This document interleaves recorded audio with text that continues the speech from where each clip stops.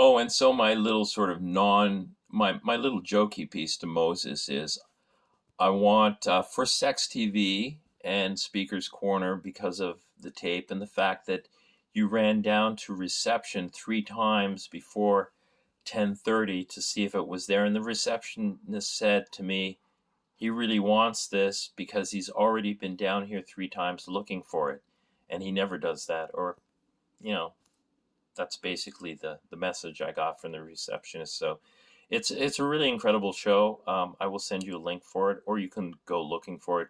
I've got a couple YouTube channels. I'm looking for a manager to manage content, editing, and stuff like that. I've put all of this together completely by myself over the last, say, 7 months, like without an assistant and just a very small budget. So I smell bad. Or I did until I took a shower. But, I work pretty much, I don't sleep much, maybe 3 hours, 4 hours, could be at night, could be in the middle of the day. But, you know how it turns when you're just doing what you're doing. You're doing what you're doing, and stuff happens when you are walking in that direction. I'm going for a walk right now to um, clear my head, have some outside time, uh, deionize or ionize, whatever it is. I'm quite either, yeah, I'm deionized and no, I'm ionized. There's a problem. I'm getting off of, say, wanting to have a drink like a right now of, my favorite thing that I would order right now. It's the beginning or the end of a day. Who knows? I want a Tropicana Ruby Red vodka, and the vodka happens to be in the blue bottle. That's what I like, and I like the effects and the taste and the flavor and everything about it, except for the I'm highly functional and arguably better functional when I drink because it makes me more relaxed and just creates effects that are good for writing but bad for your health, like bad liver.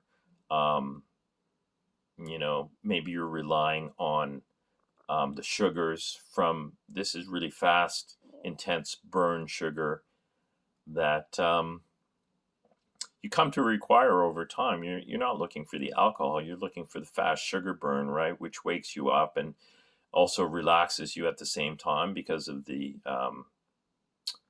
ETOH effects on the just how we work. You're more relaxed, you're more jokey, you're a little loose, and you're a little bit socially unacceptable if you look like you're drunk at 9:30 in the morning. But there's reasons for that because it could be the end of my day. If I was a paramedic right now, I could be coming home from work. I've worked, sort of 14 or maybe handled a death of a 14-year-old fentanyl female, that type of thing. Come home, want to have a drink, right? I will have a drink. It's 9 o'clock in the morning. Not really generally socially acceptable, or something you want to mention to people who are employing you or enjoying you as a.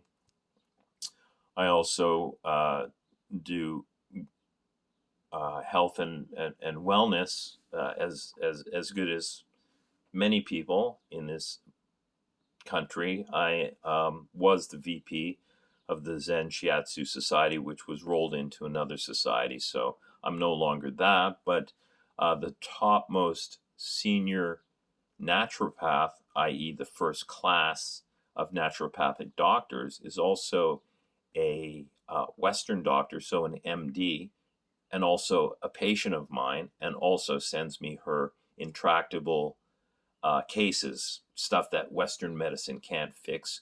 Western medicine is, in fact, just band aid solutions. It doesn't fix anything, it just lessens symptoms, has lots of side effects. What I do goes directly to fixing the underlying causes. So that addresses, which is always energetic. You have an energetic body, a holograph body, and then the meat grows on that sort of architecture. Same like this property, this creative intellectual property that we're developing. It's based on the architecture or the intention or the energy underlying. And now we're putting money and real, pieces of, the flats. We're putting the flats down and putting, if there has to be a studio scene, the track is going down, etc. So it's based on first the idea, then the energetics of setting up the relationships of the architecture, putting down, in the real material world where the rubber hits the road, maybe we're putting, plywood down on the track to dolly, but so that is a metaphor for how everything is put together in my universe. And yeah, blah, blah, blah. Um, what else? Yeah, so my joke to Moses is I got that tape you're running down 3 times.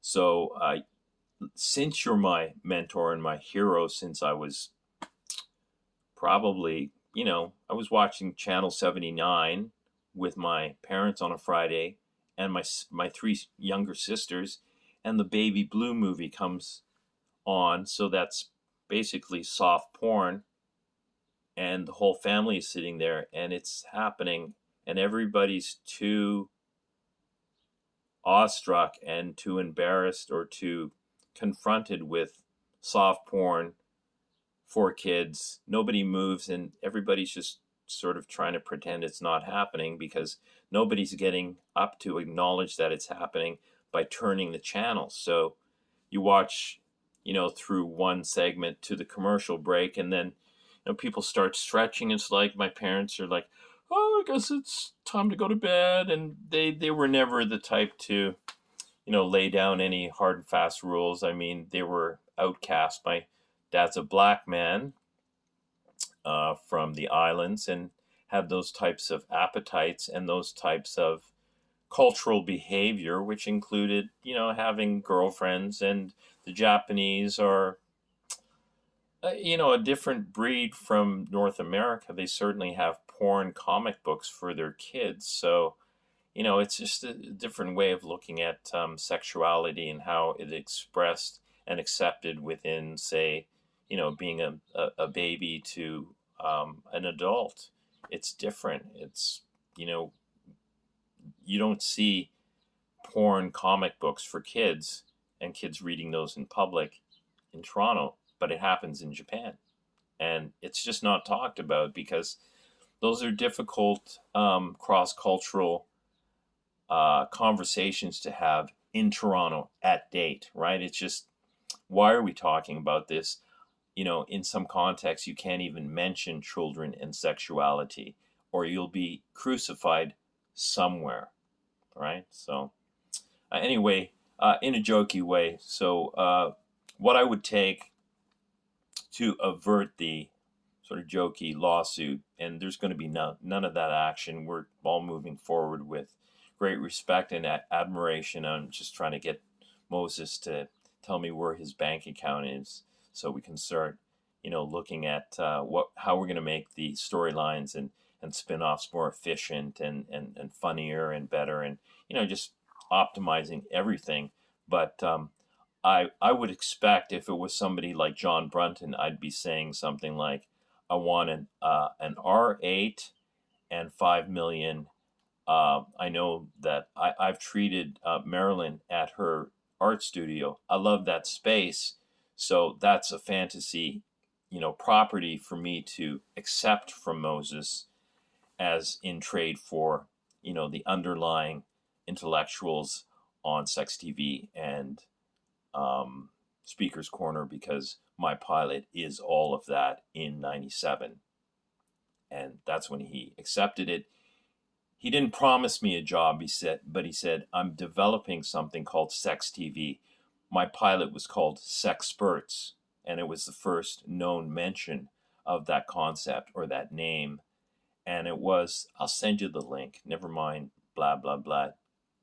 Don't tell, just show, send the link. Okay, so that's that conversation. But R8, $5 million, Maryland's, or your, Maryland and your building on Davenport. And I think we're good, and a nice cigar. And we're all caught up. And we're out for the second time at 10:05.